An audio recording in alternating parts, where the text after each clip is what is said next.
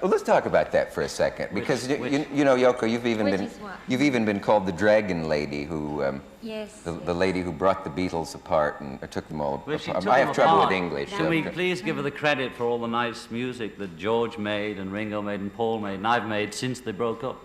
If she did it.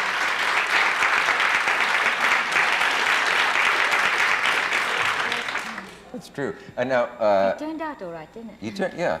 Anyway, but you're aware of that. I mean, that the press always saw you as the wedge that was driven in. I don't know how you can drive a wedge in 3 places or whatever, how many spaces there are between 4 people.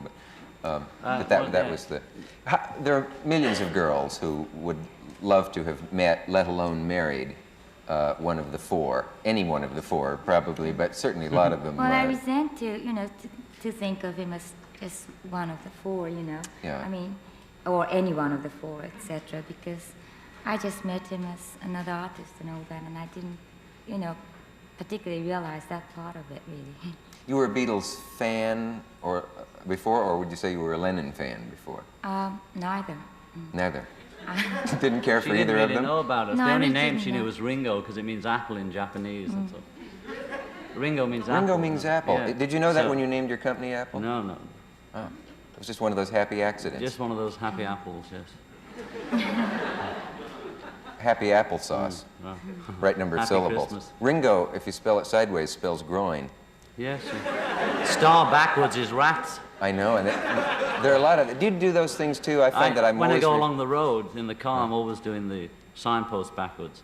Anyway, she didn't split the Beatles because how could one girl split the Beatles or one woman? You know, the Beatles were drifting apart on their own. You know. Can you remember when you realized that it was inevitable that you would split up? No. First, no. It's like saying, did you remember falling in love? Not quite. Yeah. It just sort of happens. How long was it fun? Well, everything's fun off and on, Mm-hmm. So I suppose it could have gone on being fun off and on, or it could have got worse, I don't know. It's just that when you grow up, we don't want to be the crazy gang, which they might know over here, which is British, or the Marx Brothers, which is sort of being dragged on stage playing She Loves You when we've got, asthma and tuberculosis, and when we're 50, Here they are again, yesterday, all my troubles.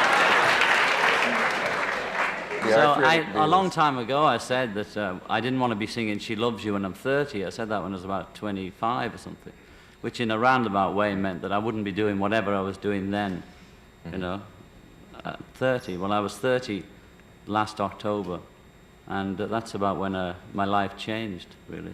And especially for John, I can say that he's at least sort of outgrown, whatever they were in, Mm-hmm. Because I think it's very difficult for 4 artists who are so brilliant and talented to be together and do everything together, I mean, just impossible almost. So whatever they were doing was almost miraculous, that they were